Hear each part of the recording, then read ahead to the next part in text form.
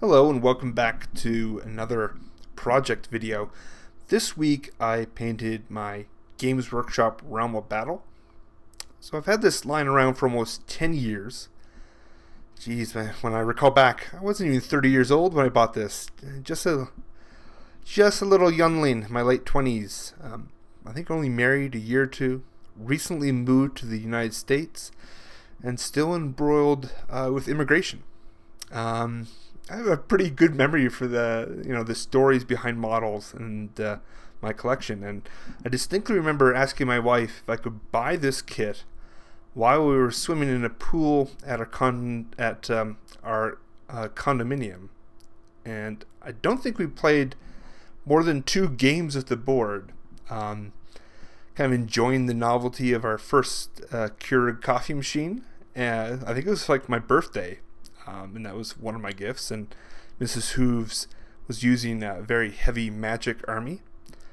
I have a few mental snapshots of those games. Her Vampire Lord on Abyssal Terror was something to be feared, and I think we got in kind of a scrum in the middle of the table for quite some time, those nasty undead that never run.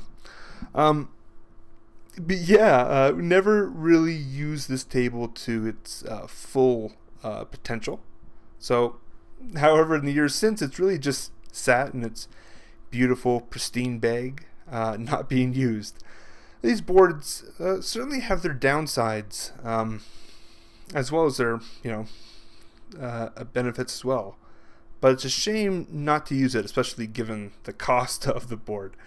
So, in 2017, when I attended Holy Havoc, I needed a display board. And I used one of the tiles because they're exactly 2 foot by 2 foot.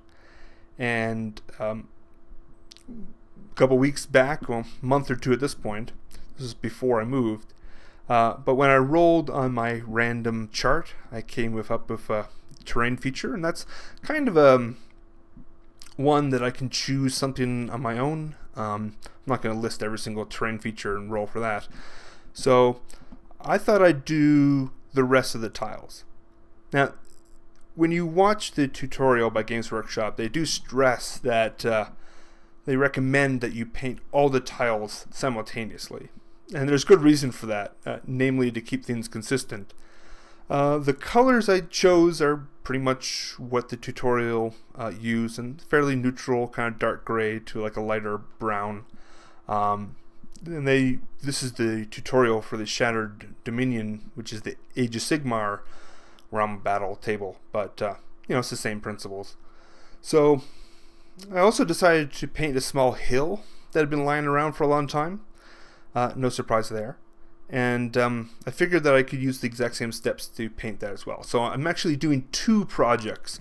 One's a bit bigger, one's a bit smaller, but I kind of lumped them all together, and more things finished, the better. That's the ultimate thing here. So the base of the table is gray. I picked out some of the rocks with a lighter color and shaded others, and as well as prominent cracks to be a bit darker. And after that, the tiles were dry brushed with Carrick stone, and then kind of a lighter screaming skull around the details. And I probably went overboard during that step, and I had to go back to my original tile and do a little more to even things out, and that wasn't my intention to quite dry brush as much as I did, but in the end I think it came out to be okay. And one of the things about these colors is that they do match what I'm doing with my bases on my armies, so there should be some cohesiveness there. But I've never really dry brushed with such a large regular household paintbrush, and it's a much different process than dry brushing on a small model. And so to my eye, I see a lot of brush strokes and things like that on the tiles. And I tried to compensate by changing the direction of the strokes, but they still seem a little obvious to my eye. I'm fairly meticulous about writing down my steps with the paints, but I didn't do that for the original tile. I must have just been overlooked in the rush to finish everything for the tournament. Now, the colors are fairly simple. There's not a lot of complexity here, so I knew exactly, what tutorial I had watched and roughly what I had done with all the colors and the steps, but I wasn't sure what color I had painted the other stone. And there's not that many grays in the Games Workshop paint line. And so I was still kind of confused about what paint it was, because I tried picking something that I thought was similar, but it ended up being much lighter than the original tile. And I don't have a clue what the other tile actually used. But much to my relief, that caused me some concern. But once all the dry brushing was finished, the difference seems fairly marginal. And, unless you're looking very carefully, you probably won't even notice that there are two different shades in the rocks. And frankly, I think it's fine to have some variation anyway. So, overall, I'm fairly happy with the results. That's about as much of an endorsement as I make for any of my models. Far from perfect, but it's now finished and ready to be used for some upcoming games. And that's definitely something to celebrate. So this is the generic Realm of Battle board. And I'm actually tempted to almost get like the Shattered Dominion board for AOS and the Sector Imperialis for 40k. You could also buy separate tiles from Forge World. And all these things are a possibility. We'll see how I like playing on it for games right now. I mean, I know when you try to roll dice and things on it, because it's hard plastic, they have a tendency to kind of bounce around. And there's definitely good things and bad things about having a very structured, a static table. You can change around the tiles a bit, but it's not quite the same as like a mat with other details. You can change the mat multiple times and have completely different, like a snowscape one or jungle one or something like that. You can have completely different tables. The one benefit of this, in my opinion, is more realistic hills. But hills can be really annoying, especially if you're trying to put models on them or halfway up or something like that. So we'll see what I think about it once I play some games on it. But I'm really happy it's finished. Like I said, it's just been sitting there forever. And now I can actually utilize it. And I'm sure Mrs. Hooves will enjoy that as well. And so, upcoming projects here. Sylvaneth. I've decided, I was thinking Disciples of Tzinch, really looking at that.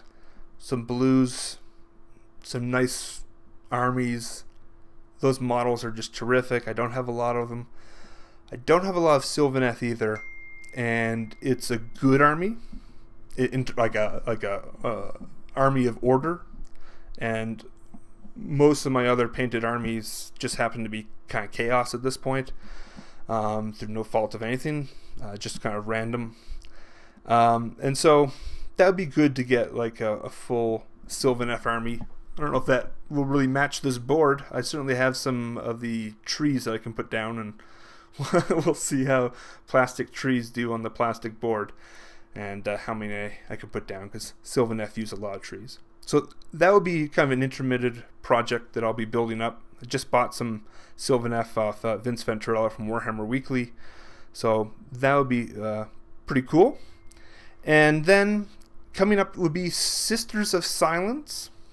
I have a box on the way. I'll paint those up probably next. I think it arrives Monday, and I'll get to work on that right away. And then Ultramarines. And what I thought I would do with that is paint up Marneus Calgar. Now, I bought the new model just yesterday. That's on its way as well.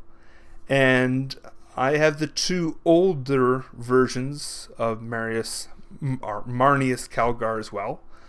And I thought I'd paint all three up simultaneously, which would be kind of fun. And maybe I'll do the honor guard too and just scratch that off the list. I don't have the original model where he's kind of sitting on his stool. But yeah, there you go. So thanks for watching and have a good one. Bye.